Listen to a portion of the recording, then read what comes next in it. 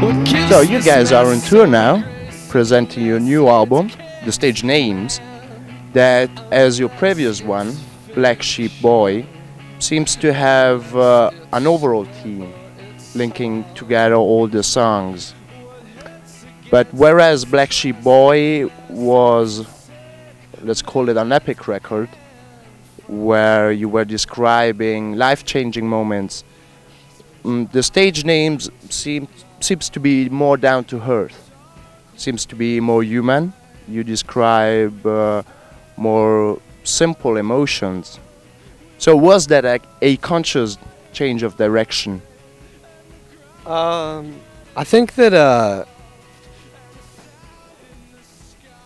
I mean, most of life is not life-changing moments.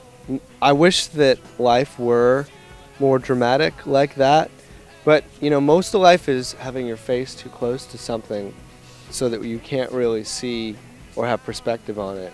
And there's a lot of like stupid shit that people worry about or argue about or get caught up in. And you know, when we look back at it, you think about how much happens to you in one day. I think we probably remember from any given day, like what, 1% of the day, you know what I mean? Like the most dramatic thing, the best part. And I wanted to kind of write about that stuff, about the kind of day-to-day grind of one day after the other in a kind of a boring, hammering on your skull with boringness kind of way. You know, and Black Sheep Boy was supposed to be very dramatic, but you know, at a certain point when you're being really dramatic repeatedly, that becomes like a crutch. And so it felt like more challenging to try to write an album that was more on the ground level of just ordinary experience than something that was like very heightened drama all the time. So yeah, I think that was a little bit what was going on with it. You know, and I wanted to make sure that, you know, Black Sheep Boy is a record of these kind of fairy tale characters, some of whom aren't even really people, you know, they're kind of like monsters and fairy tale characters out of a fairy tale. I wanted the Stage Names to be about people, you know, like you and me, like ordinary people. So as there is actually a theme linking together everything in your albums, do you think that nowadays, living in the era of MP3 players and downloading, people actually listen to an album all the way through? Maybe not. I don't know. I mean, I do. Some people I know do. Some people I know don't. I don't always, but I don't know. I mean, you know, it's not my job to be like a weather vane of what's happening with people, how people listen to music. And if I try to be that, then I'm just going to drive myself crazy trying to imagine myself in somebody else's head. So, you know, and I don't mean to be like, to say, oh, you know, things, I mourn the loss of the album, and back in the old days it was about an album. And I think that no matter whether you think something's good or bad, you have to try to be optimistic, because otherwise you just become a grumpy old man like really quickly. For me, I enjoy making a collection of something. You know, whether you're talking about like a fashion collection of outfits, or like a collection of dishes on a menu to make something that will all work together, or a collection of photographs hanging in a gallery.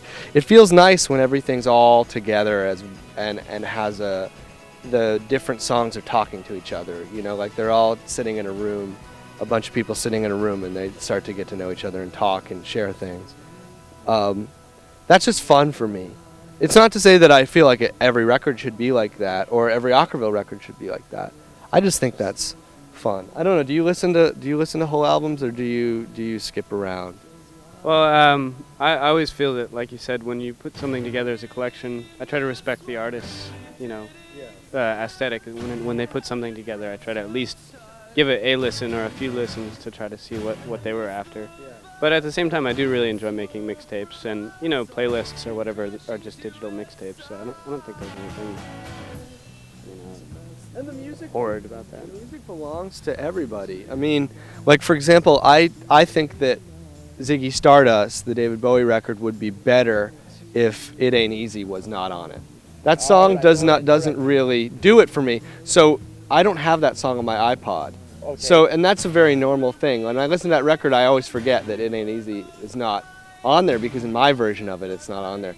And I think that's a really normal thing. Everybody's like that. They take the songs that, I mean, you have to listen to a song at least 3 times, I think, to decide if you really don't like it or do like it.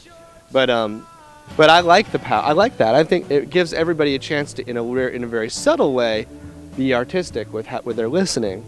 And it's subtle, but it's the same way as the artist choosing the songs. But yeah, I think you're right. You know, you respect the artist. You have to understand that whether or not the artist made a good decision or a bad decision, they thought about it really hard, and they cared about it more than you care, because it was their work. So at first you go, yeah, I'm going to give it a chance. I'm going to listen to this repeatedly and see if I agree that this is the best way to project this. But ultimately, once a song leaves your mouth, it's everybody else's. So I don't want to like grab the songs and be like, no, mine. You know, I'm flattered that anybody gives a rat's ass. You know. So. You've been working in a video store, all right, and you have a background as a film and music critic. And which way does it influence your songwriting? Well, I think, you know, I'm just a big fan of movies. You know, I worked at a video store for a long time, and I wrote film criticism. And I think that, you know, it influences, it's like, you know, like Julian Schnabel, the painter, makes movies. And you know, it's just, you say like, how are his movies influenced by painting? Well, I mean, who knows? They're colorful, you know, there's a sense of composition or something. But isn't that the cinematographer's job? I don't know. I mean, I think that I'm influenced in the fact that I'm just a big fan. You know, I love movies, but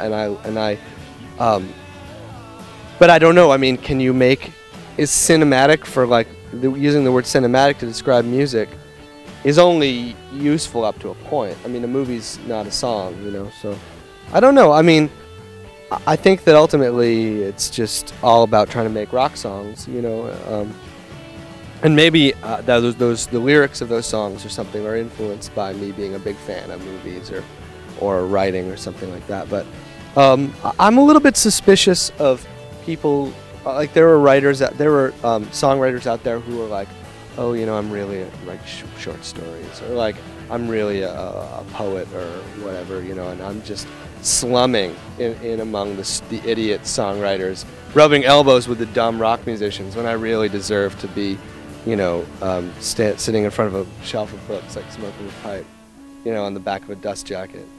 I feel like that's sort of offensive, so I don't want to say like, oh, you know, this or that.